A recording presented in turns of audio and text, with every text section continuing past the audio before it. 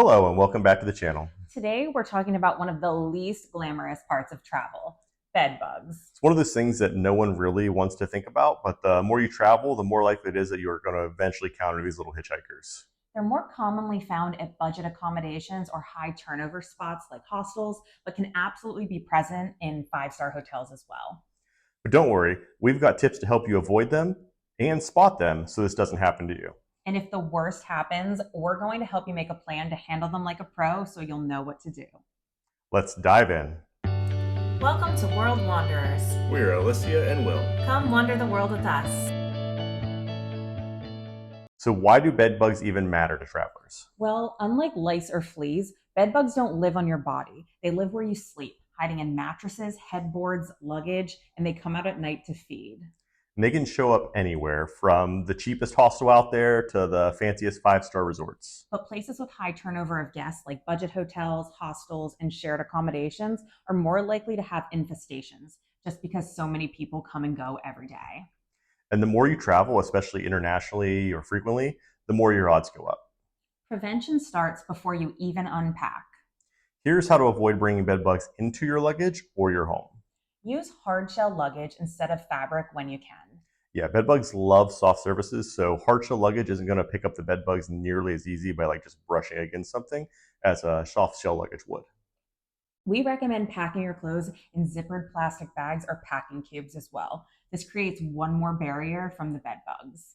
We also like to read the reviews before booking any hotel to make sure that there's no recent mentions of bed bugs. If a hotel has been around for years and years, there may be one or two mentions, but I'm looking for more than one review and within the last 2 years in order to cross it off my list. When you arrive, don't just immediately throw your bags onto the bed. When we enter any hotel room, we immediately do a check. Yeah, we'll leave our luggage either one step inside the door if the flooring is tile or wood or anything hard. Or if the floor is carpet, we'll put down our luggage in the bathroom where there's normally tile. Then we'll take the most important step and we'll immediately go check the bed. First, go to the corner of the bed by the headboard or by the wall.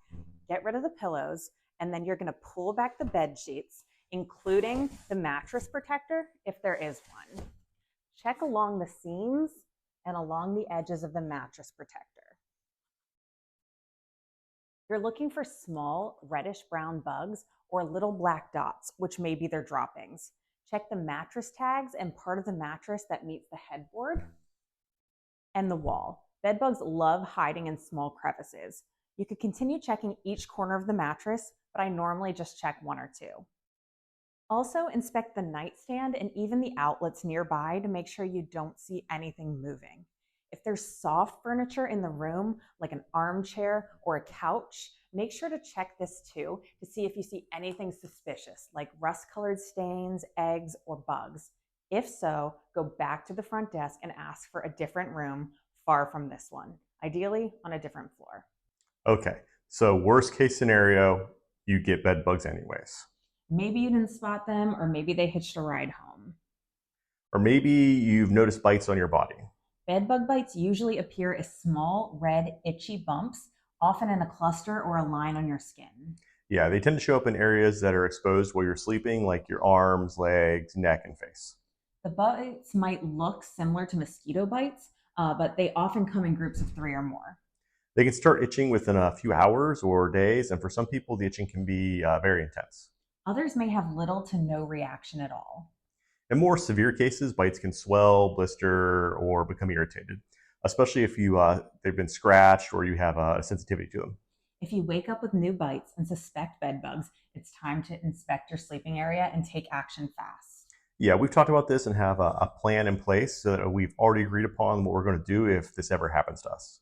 This is going to sound drastic, but if we're traveling with less than $4,000 worth of belongings, our plan A is to throw everything out with the exception of our electronics and toiletries.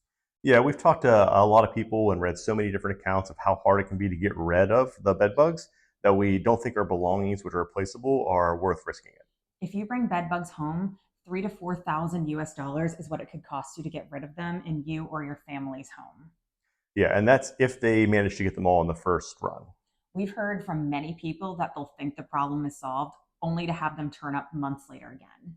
And since we plan on starting traveling full time soon, and occasionally coming home to spend time with our family. We wouldn't want to risk bringing bed bugs into someone else's home if we could have taken steps to prevent it. So, our plan A is to throw everything, including our suitcases, out. We'll do some emergency shopping and then replace the clothing that we're wearing.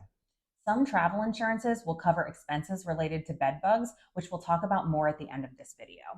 All right, if this isn't an option for you, or you're traveling full time and don't have to risk bringing bed bugs home, you might opt for a plan B. Here's what we do in that scenario. First, isolate your stuff.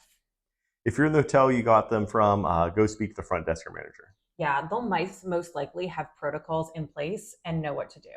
The most common course of action we've heard is that they'll obviously put you in a new room, give you robes to wear, and treat all of your belongings for you. If you're still traveling and realize you've picked up bed bugs somewhere along the way, seal your clothes and bags in plastic until you can treat them yourselves. Heat is the best killer. The bed bugs die at around 120 degrees Fahrenheit or 49 degrees Celsius. When you get access to laundry, wash everything in hot water and dry it on high heat for at least 30 minutes. And if you're worried about shrinking all of your clothes, you can skip the wash and just dry them for longer. The heat of the dryer is what's really going to do the trick here. Then you can wash them in normal temperature water and just dry them again. For your luggage, if you insist on keeping it, make sure you vacuum it thoroughly, including unzipping the lining, and store it in a sealed container or garbage bag for a few weeks. Obviously, I'd keep this in your garage or your unfinished basement or outside if that's not an option. If you're already home and think you've brought them back, you might need to contact a professional exterminator. Right, bed bugs are extremely resilient. Now, let's talk about something most people don't realize. Travel insurance can actually help if bed bugs ruin your trip. Depending on your policy, travel insurance might cover emergency accommodations if you need to leave an infested hotel. If you have severe allergic reactions or infections from bites, you may need medical attention. A lot of travel insurances will definitely cover this. Some will also cover luggage replacement or cleaning costs if your belongings get infested. Right. Always read the fine print and see what your policy covers. Not all plans include bedbug related coverage, but some do, especially under trip interruption or baggage protection. We do want to talk about one more thing, though, which we feel is really important. Yeah, don't let your fear of bedbugs stop you from exploring.